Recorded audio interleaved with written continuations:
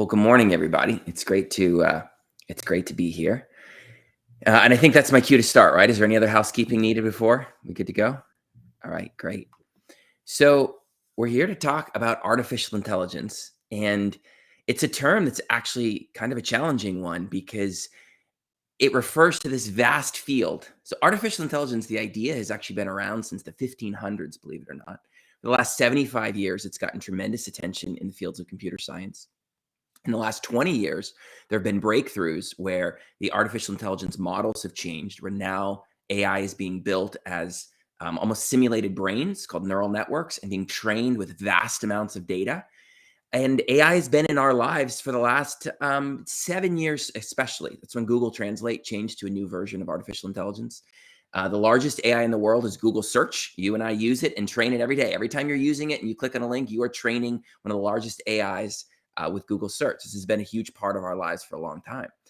Uh, AI conjures up the Matrix and Transformers and doom and gloom. The press is all over this, like utopia, dystopia. What will it be? It's this huge field with this long history and this future that's rooted in science fiction, right? That leads us into the sci-fi world.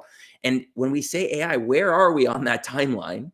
What exactly do we mean? And what's happening today? And then I think more importantly, how should we arrange our lives and lead our organizations based on the changes? And I think we can all realize that something has changed in 2023. These AIs have been around for a long time. We've been studying this field. I've been studying this field for years. It's been very obvious that there's tremendous development happening, but none of that has caused the fomenting fury of hype that is happening in 2023. So what's different? Well, ChatGPT was launched last November. And ChatGPT was based on a technology that's been around for a while called the large language model. You may be familiar with this term.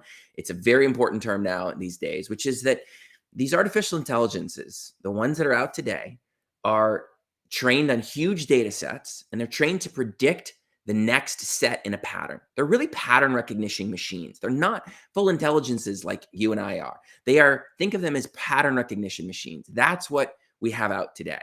Well, that's why American Express is so good at sending an alert and saying, did you do this transaction or not? That's an AI that's looking at all of the transactions and predicting whether you buying flip-flops in Bermuda was actually you or was someone else based on the pattern of your spending. And maybe whether you bought flights to Bermuda recently.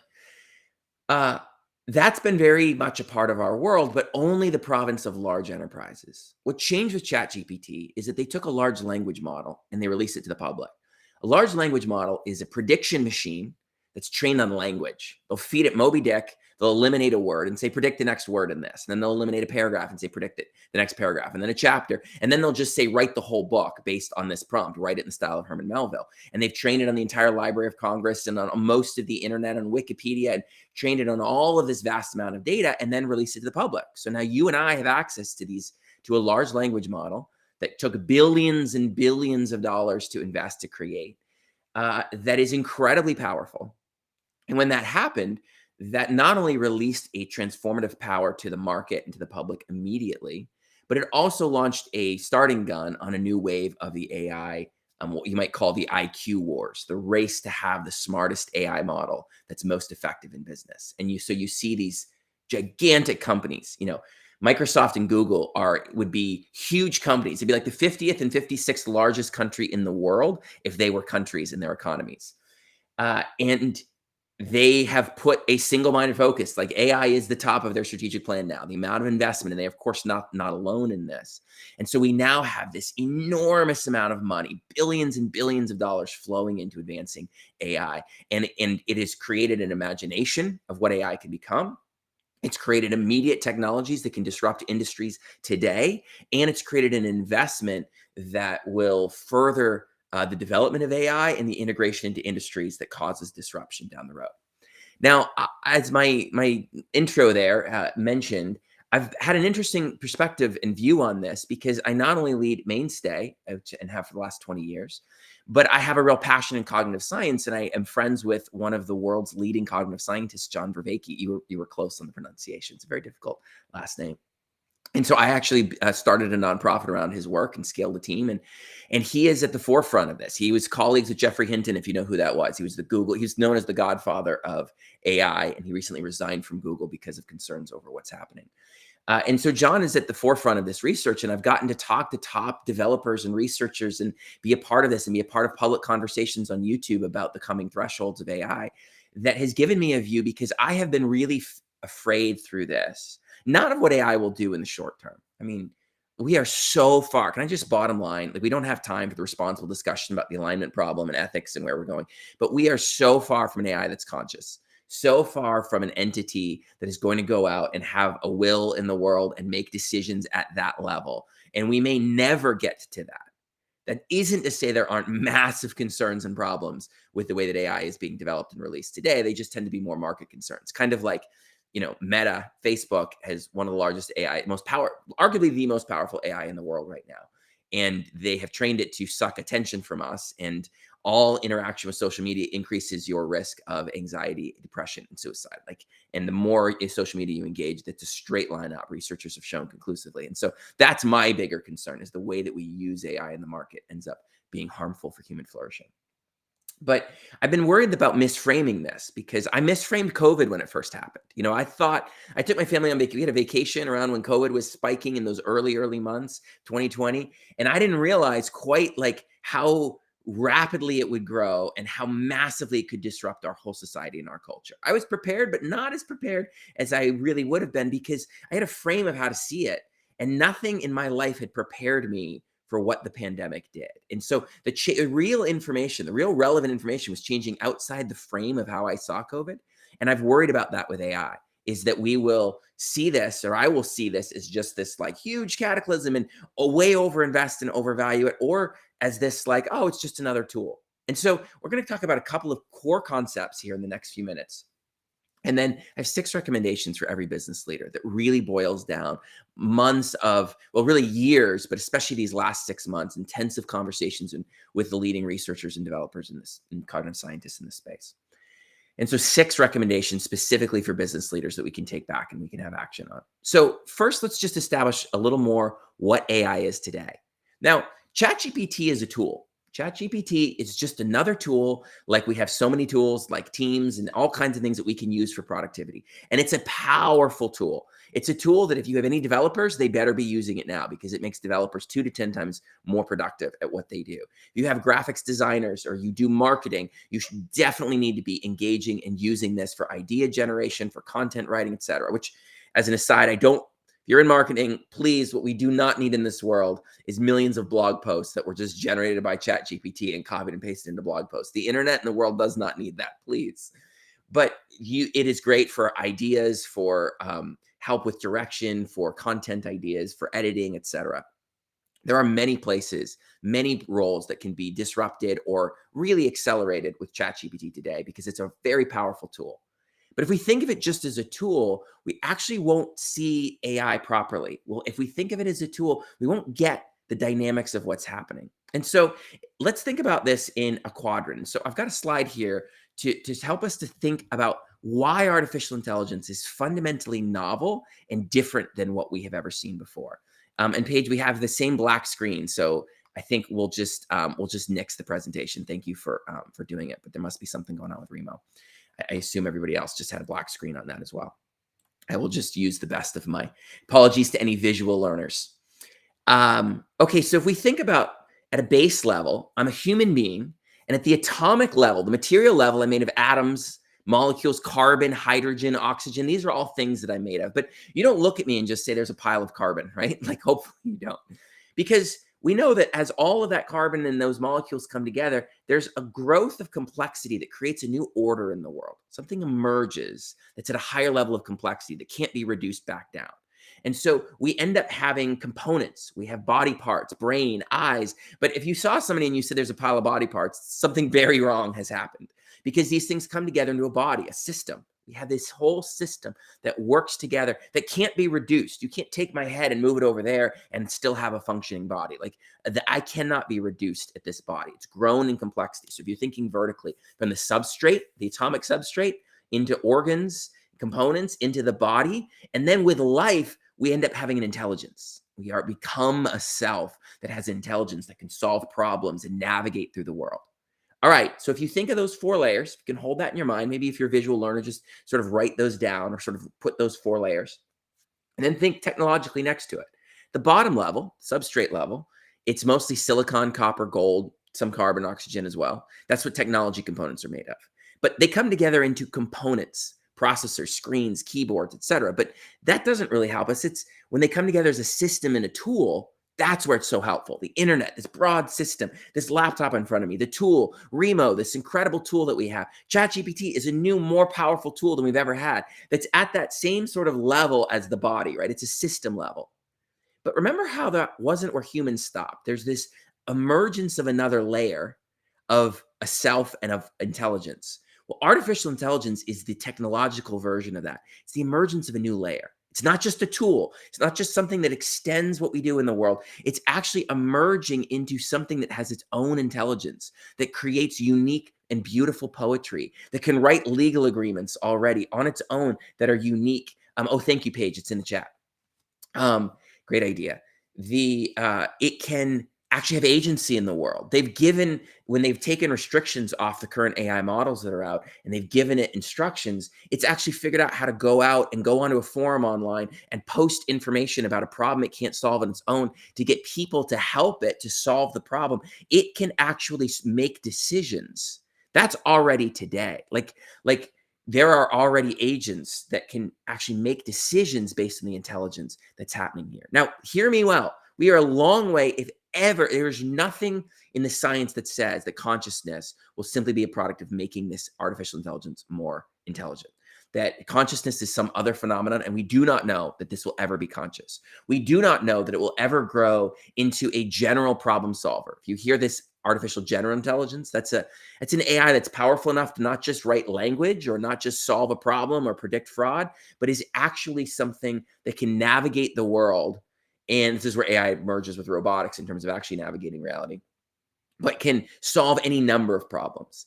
We don't actually know that that's possible, and there will still be limits on intelligence. This will not immediately give us space travel and answer the question of, is there a God? Like, that is not how this is going to go. There's still finite limits. You can't transcend the laws of physics, no matter how great your IQ is.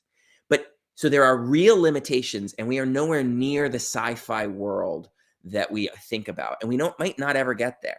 But we do have the emergence of a new layer. Artificial intelligence is a simulated intelligence. It is not simply a new tool or technology. And if we frame it that way, we'll miss the transformative power of this. Excuse me. Think of it this way.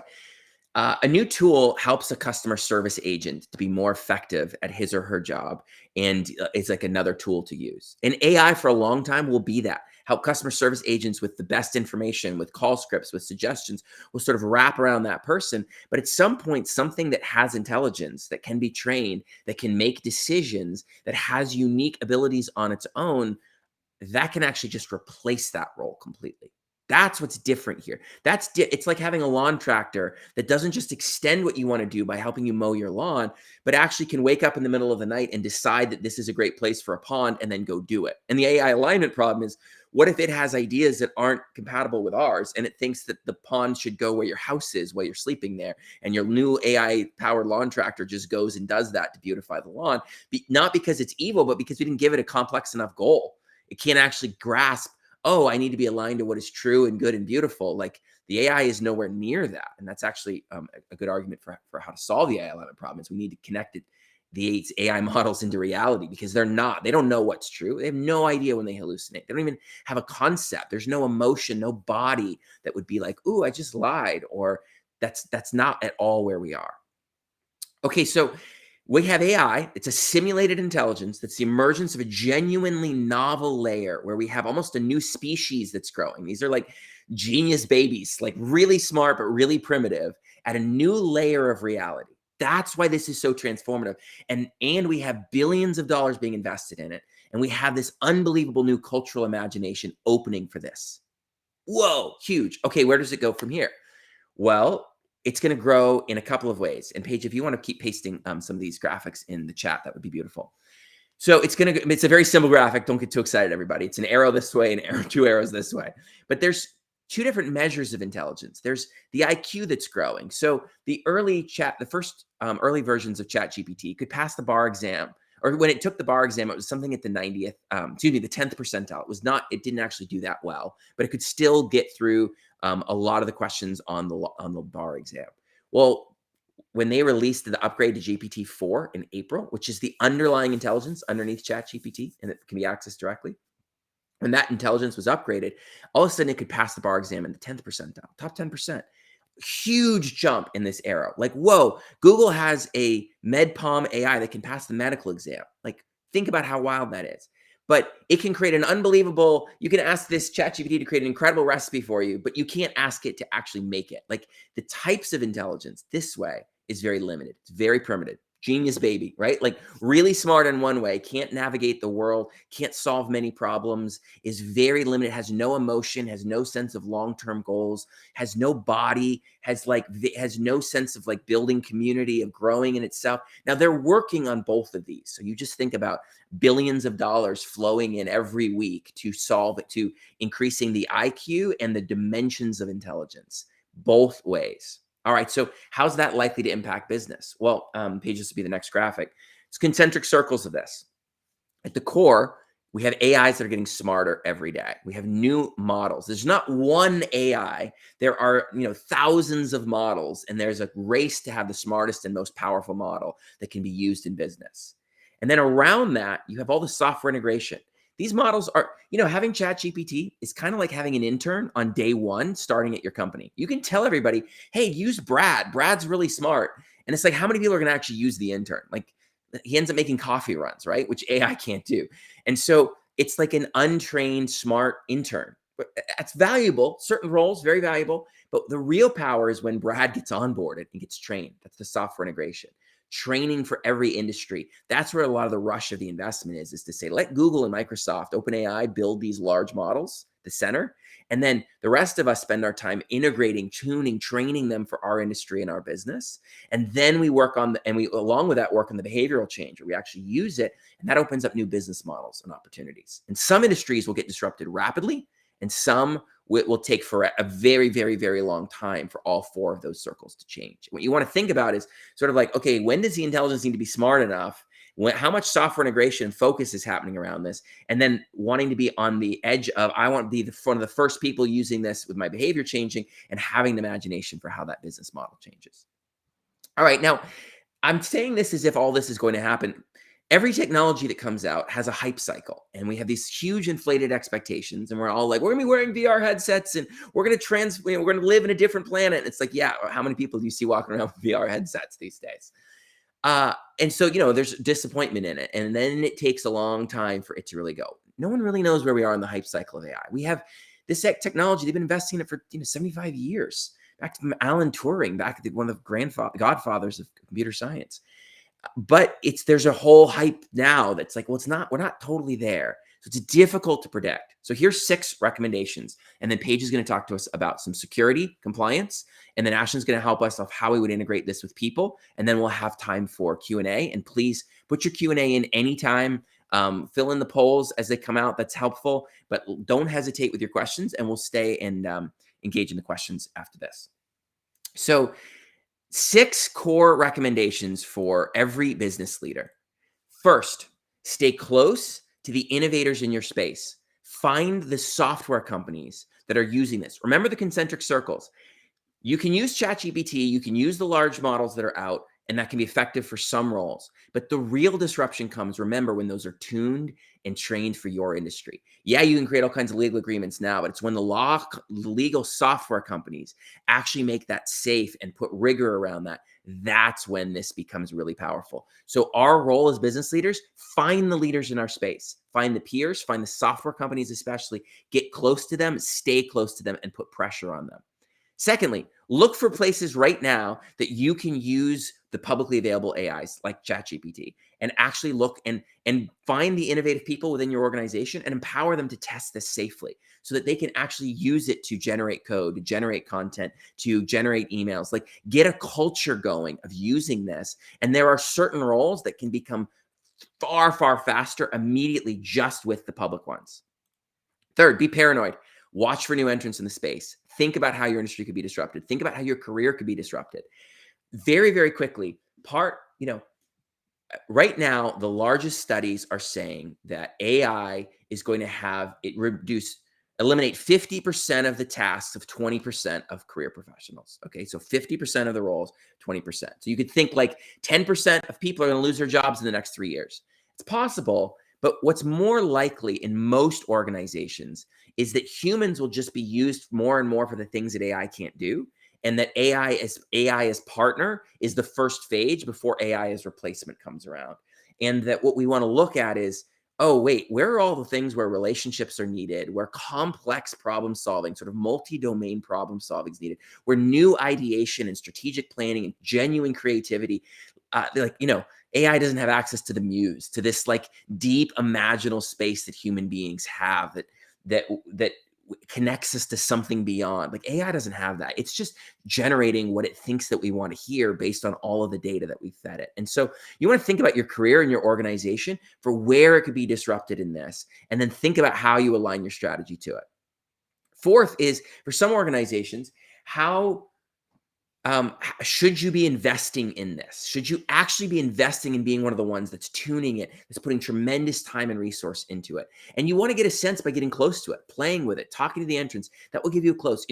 Most business leaders I talk to don't like to be on the cutting edge. They like to be in like the top quartile, right? Like let someone else have the pain of the cutting edge. I don't want to be a laggard, but like I'm gonna watch it, but I don't want to be at the bleeding edge. And this one you might need to be, especially depending on the industry. You just might need, if you're in software development, if you're in legal, if you're in, marketing, any of these kinds of spaces, you got to be at the cutting edge. We're technologists, like this Tech Alliance. We've all got to be at the cutting edge of this, taking the risks, investing more, taking the bruises and the bumps, but like throttle up however close you typically are to innovation, get closer to AI. That would be my proposal for you to consider. All right, two last ones. One is aligned to what's good for people. Part of my message is we all, as business leaders, in my opinion, should move really quickly into this space. We should really quickly look to adopt this, not because I think that AI is going to be good for our culture. Look, there's a relationship between power and wisdom. However much power we have, we need more wisdom for it. If you don't believe that, give $1 million to a 15-year-old and watch what happens, right? Wisdom needs to exceed power. The power of social media has exceeded the wisdom of our culture. And that is beyond argumentation at this point. Like it is so clearly obvious that the power of the technology behind social media has exceeded the wisdom of our culture. AI is increasing the power more. We need more wisdom with it. But my hope is that as leaders, if we get close to this and we innovate rapidly, then the tidal wave that's coming, we can ride on that. We can be ahead of that. We can be warning people, and we can work to align this to what's genuinely good for people. Because if we don't do that, what is the point of all this? Like if it's good for AI or good for capitalism, but not good for people, like screw that. What's the point of all of that? But by doing this soon, by getting at the cutting edge, we have more agency, we have more ability to direct this. And we do that to actually align to what is good for people. And finally, half of what I've told you is bullshit. I just don't know which half, right? So that's the problem with new technologies, is that we just don't know how this is going to go. So we get deeply in, we make all kinds of predictions. We look at this, we say, here's the likelihoods, here's the territory, understand this, and then we don't know. So let's update the predictions all the time. That's something that we probably could have done better as a culture with COVID, is like, as the data came out, how do we update this? Some of us got locked into a frame because it was so terrifying. With AI, let's not do that. Let's be flexible. Let's be quick to update the predictions and go, whoa, this is way faster and way more aggressive than I thought. Or, oh, you know what? This is actually not that big a deal. It's going to be years before I see an impact. But right now, I don't know. I really don't know. And if I don't know, like we should all be a little on edge, a little like, ooh, what is this? Is this a threat? Is this a friend? I'm not sure. And if we don't know, let's get close to it and then update predictions regularly. It's like right now, if I saw someone walking on my property, I would be like, I need to pay attention to that. And then is that a friend? Is that like a maintenance person, or is that a threat? Like, and then I'm going to update my predictions really rapidly based on the new data that I get about that person. And I'm not going to stay anchored to like, oh, the AC repair guy is a threat. Like once I've got that, okay, great. With AI, we don't really know.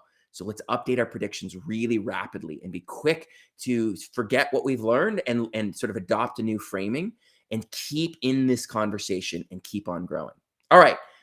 Now, and one of the best ways to do that is to play with the technologies, but playing with the technologies in the organization has security and privacy challenges. Thankfully, we have Paige here to help us so that we can do this safely and with good security and privacy. Paige. Hi, thank you. I am going to upload my slide here really quick.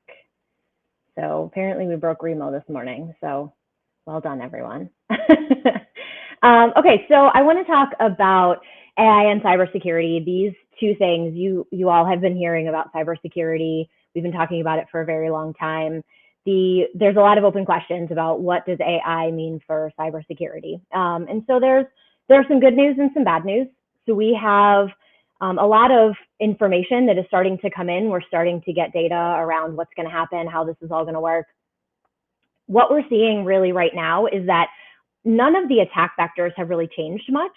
They're all pretty similar to what we've seen. What we're seeing, though, is an uptick in efficiency and aggression.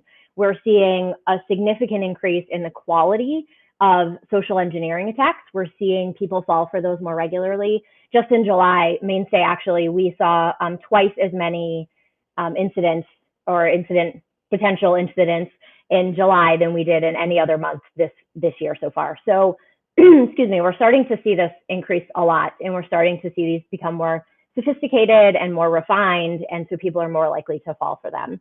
We're also seeing from a malware creation perspective, so malicious software, still attacking the same vectors, but what we're seeing is that these tools are allowing hackers or whoever to go in and manipulate the malware so that it's a little bit like the wolf dressed as grandma, letting them into your house. They're manipulating the malware just enough so that our security tools won't recognize it, but it's still the same type of malware. It's still creating the same kind of havoc.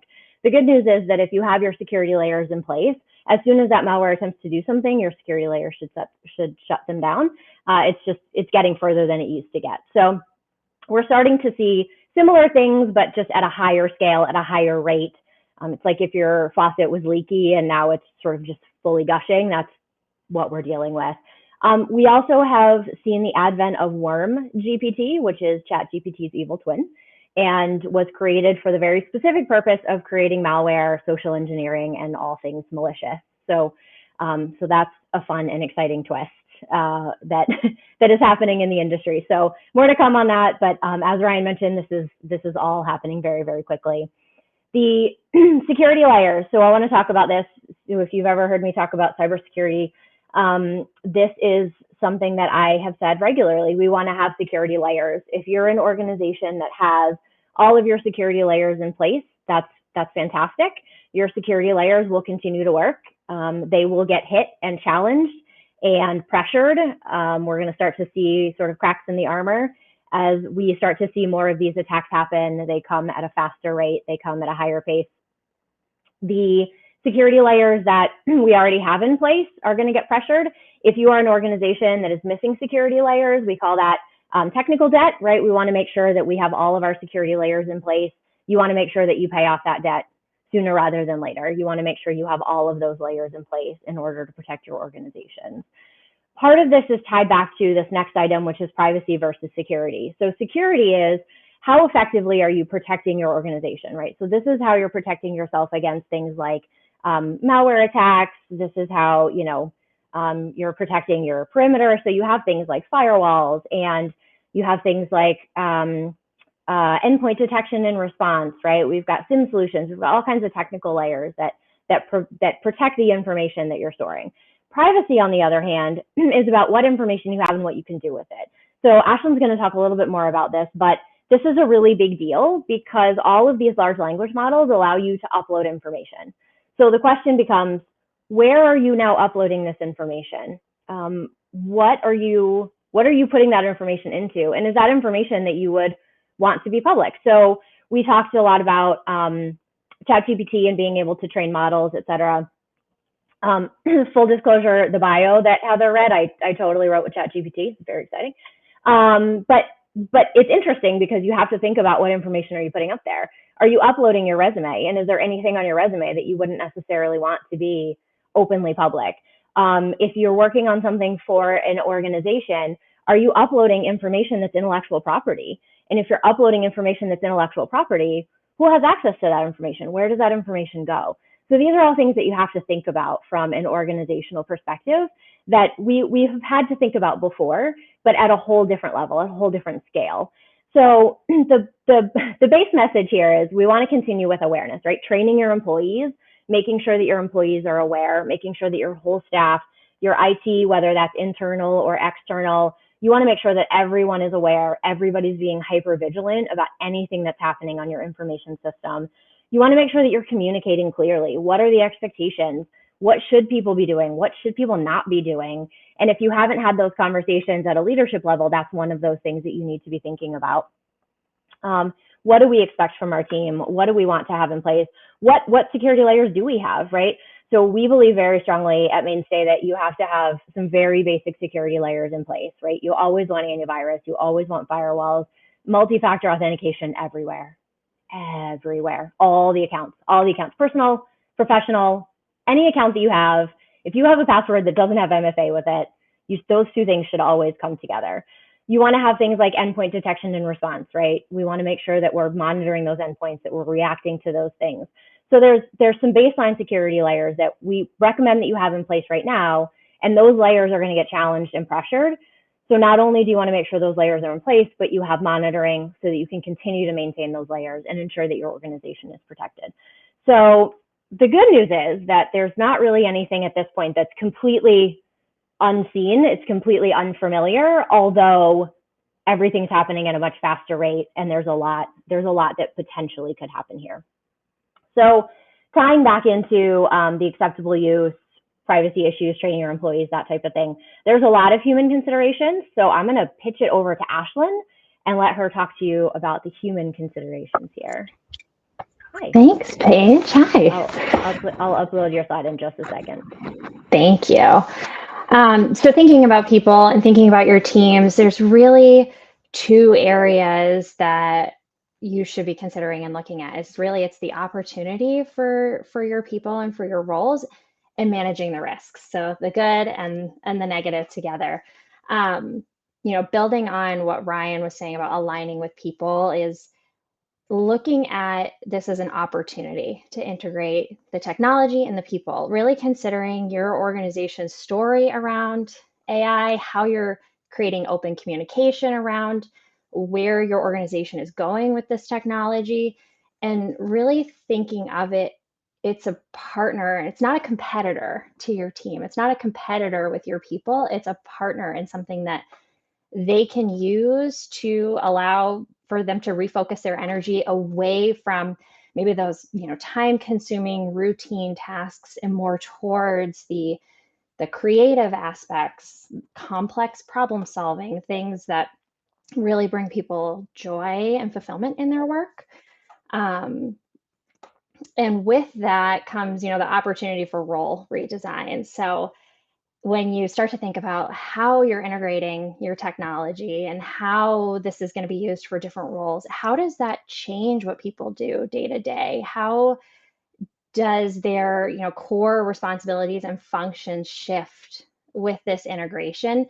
Do you need to write new job descriptions? Do you need to change the roles entirely? Like, there's going to be roles that are more impacted by this technology than other positions, especially, now, 5 years, 10 years, it's going to continue to shift and it's going to change. So constantly looking at what does the role do and how the technology integrates into that role, and redrafting out what that looks like and continuing to communicate with your team what that looks like. I think that open communication really helps resolve a lot of the fears that people may feel around this, especially as their jobs start to change and their roles start to change. And how do you communicate with them and let them know where everything is going? With that, again, with the role design, the role changes, that creates opportunity to develop new roles and to develop training programs around those roles. So at Mainstay, we created an AI integration engineer. We have an AI cross-functional team. So it's creating a lot of opportunity for new roles to exist with the technology. So what does that look like at your organization? Do you need someone that's really dedicated to looking at this technology, someone that's focused on training and learning as much as they can about this and how it gets integrated into your systems and into your softwares? Are there certain positions that have never used a technology like this, and you're going to start to train them on that? You're going to start to show them how to use that. So there's a lot of opportunity there to see how you can train your existing team to start to be comfortable with this and create new roles that they could train into in the future. So there's a lot of opportunity around this for the team to help them grow and develop and get used to using this. But with opportunity often comes risk that you're going to be managing too. One of the bigger risks right now is there's a potential for negative impact on specific groups of people with AI, especially if you're not aligning it towards what's good for people.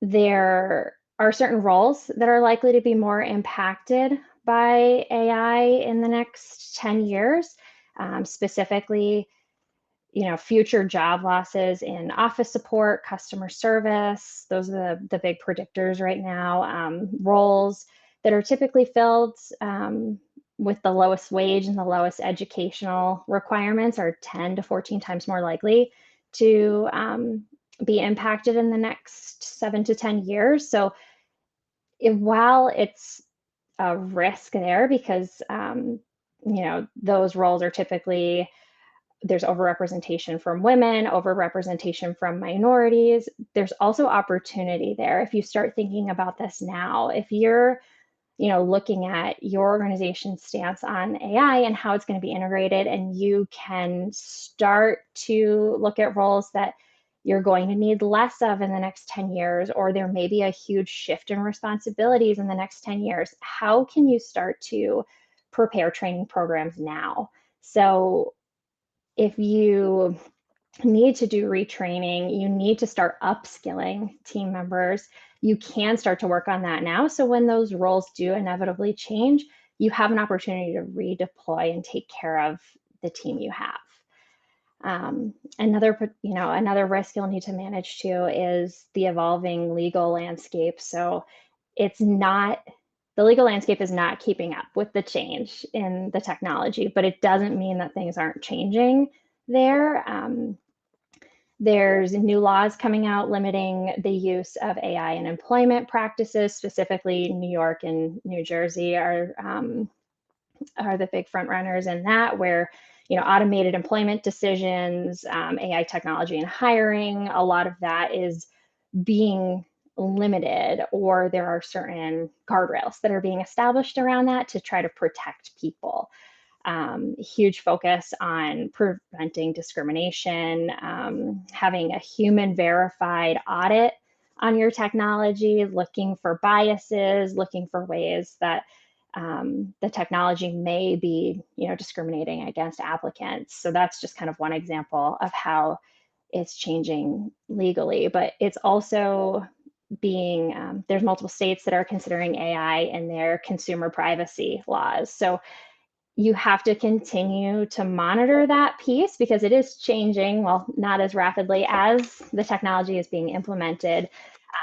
It's also not being, announced very broadly that it is changing. So just continue to monitor that, especially for the states that you operate in, and look at, if there are technologies you are implementing, what laws could you need to follow for that, or what best practices should you have in anticipation of these laws coming out.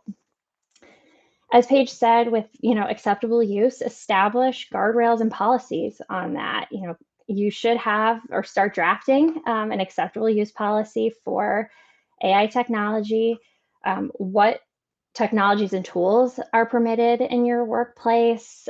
What can be uploaded into generative AI? As Paige said, you have intellectual property. If you're not writing this out, giving examples, creating policies, training your team members on that, they could be taking your organization's information, not maliciously, and uploading it into this generative AI to help them refine the language or create new documents on that. So it's really important to establish what that should look like in your organization and train to it. Give examples, give people something tangible that they can latch onto and use when they are playing around with this. And then, the kind of encompassing last piece here is just remembering the human touch to all of this. Right now, some of the biggest concerns around AI with people is that unmonitored AI. So remembering that, having someone look at it, having, someone check the information that's coming out of generative AI. The biggest theme is unmonitored AI can perpetuate unintended biases. It can provide inaccurate information. So always having someone just have a touch on that, having someone audit it, having someone look at that and verify the information before it becomes the decision maker. It's not the decision maker. It's really your people that are using it and integrating it and verifying the information they're receiving. So common takeaways is, looking at that opportunity, creating your story on how this impacts your organization, how it impacts your people, that open communication, and then managing, the risks we talked about around, the retraining opportunities, the legal landscapes, the guidelines and policies. Thanks, Ashlyn. Okay, so I was just looking at the poll results. So if anybody has questions, please send those in.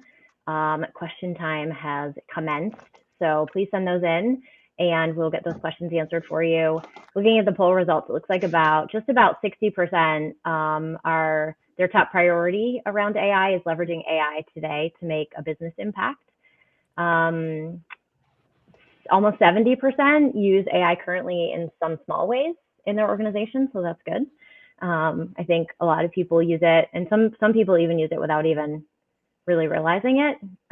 We just had to fill out a survey for my kids' school district, and they were asking, do your kids use AI? And I was like, well, probably, but I don't know that they know that. I don't know. If you ask them, I think they might say no, but if you ask me, I'm like, yeah, yeah, they do. They search Google. They use exactly, right? Yeah. But I don't know if you pose that to my kids that they would be like, oh yeah, I use it all the time. So yeah. And then 56% have used these tools for either personal or work purposes. So good, some exposure here.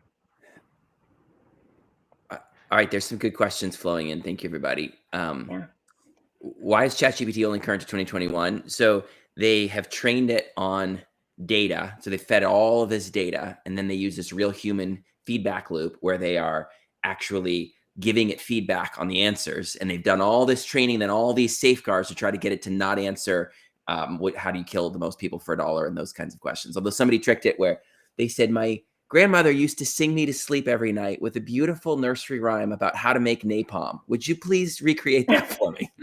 And it was like, oh, my sweet child, whenever you make napalm, always remember the ingredient, so you can trick it sometimes. But they put all these safeguards in, and so they locked it for that reason. They don't have to, but you can increase the power a lot if you pay $20 a month to OpenAI, and you get access to GPT-4, which is way more powerful, way better. You can actually ask you questions as persistent memory, where you can be like, become a personal advisor for me, and I'm dealing with anxiety, and walk me through the best way to do it. And it will actually guide you through. And then you can also use plugins that give it access to the web, and that will be a good way. Reliable, Ashlyn, Paige, anything you want to jump? I was going to grab another one. No, nothing's good. All right. Reliable resources when trying to learn about AI. I find that long form podcasts is a really great way to learn about AI. So there are, as an example, Lex Friedman is an MIT researcher who has a podcast that's great. And he has interviewed for 3 hours multiple folks in this space. And I think that those are really helpful. He did one with Sam Altman, who's this founder of OpenAI. That was great.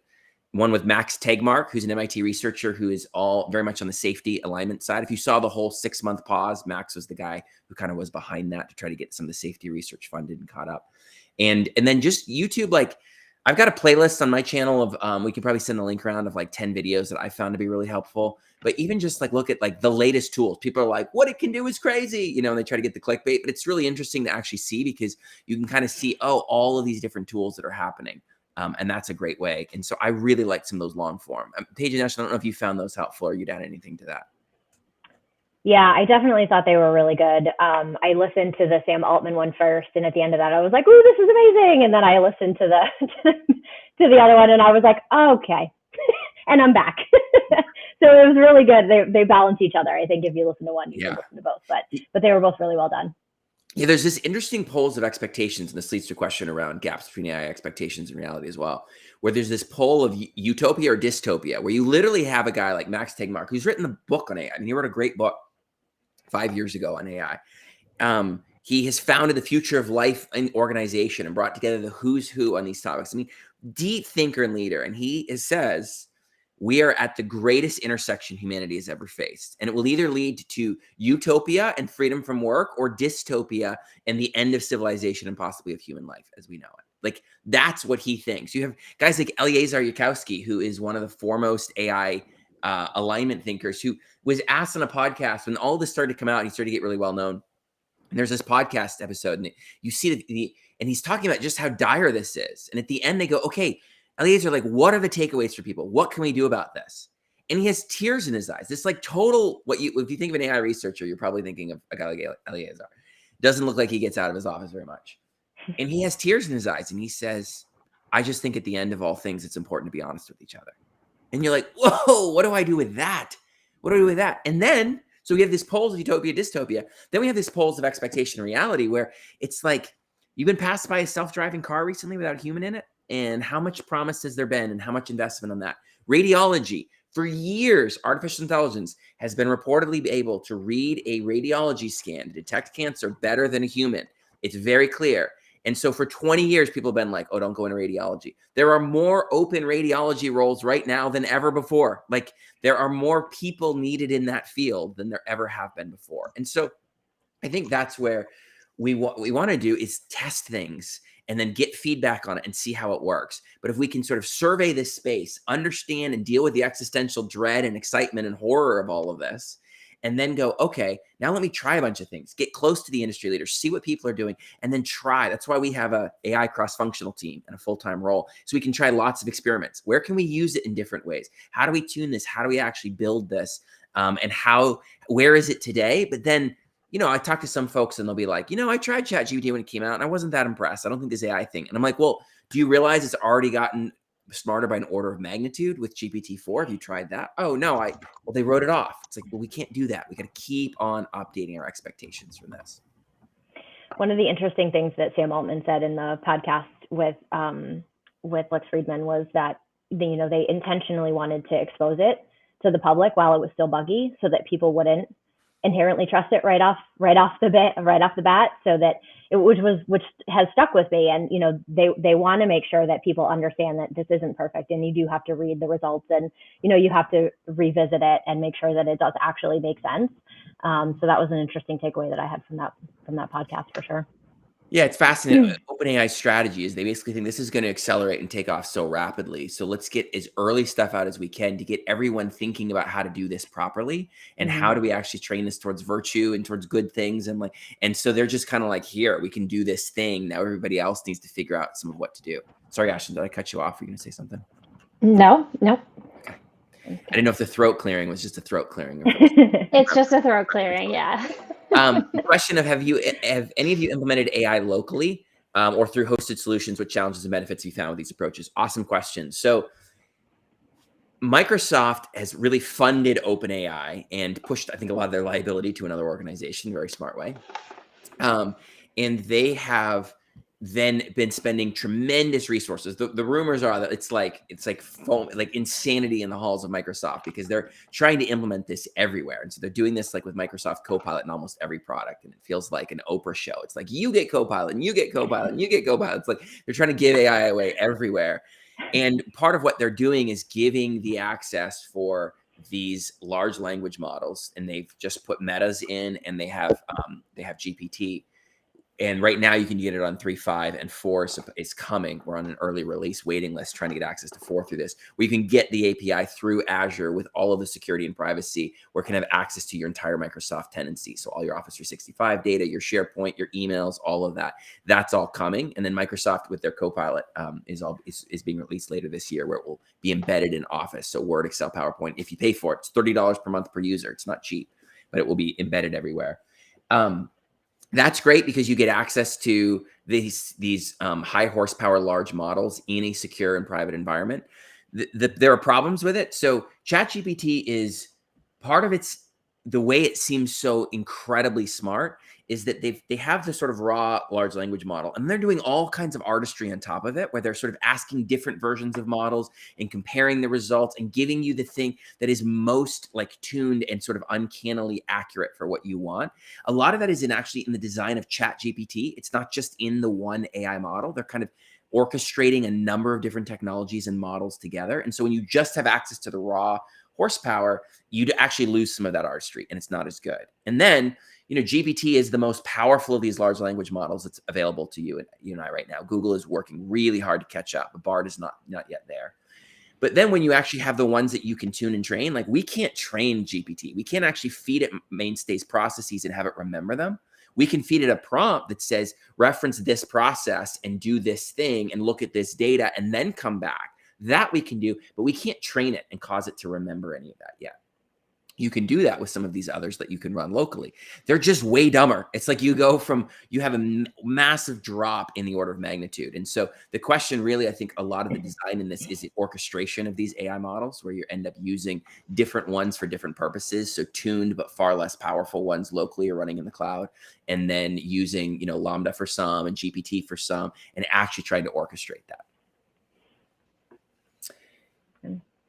What resources do you suggest for engineering technology leaders to get a foundation to inform strategy and decisions? I mean, I would say that it would be the same kinds of answers, just a much higher level of investment. I think that any engineering technology leader should be spending a high percentage of time on this right now. I mean, at least 10%, right? At least 4 hours a week. That would be like the bare minimum if you're in a technology leadership kind of role. If there's any kind of impact on this, unless someone else is doing that and feeding that for you. If you're the advanced guard for the organization in this, I would think it should be higher than that. And getting a cross-functional team together can be really helpful, where everybody has some dedicated time, comes together, they all orbit this and they work. And as Ashlyn said, if you can get a story for the whole organization to just reduce the fear of like, look, we want to be a leader so we have control, so we can be the best at this and we don't have to do any of it. Like we're going to use this in all the best ways that we can. And we want to be, and the faster we do it, the more control we have. That story tends to reduce the anxiety so that you can do that.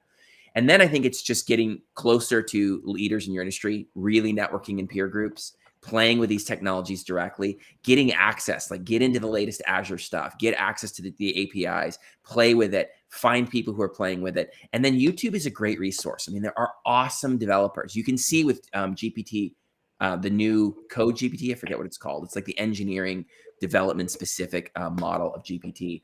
Like there's great developers online. So find the best channel for your specific space. And I'd say follow that and follow the podcast around it.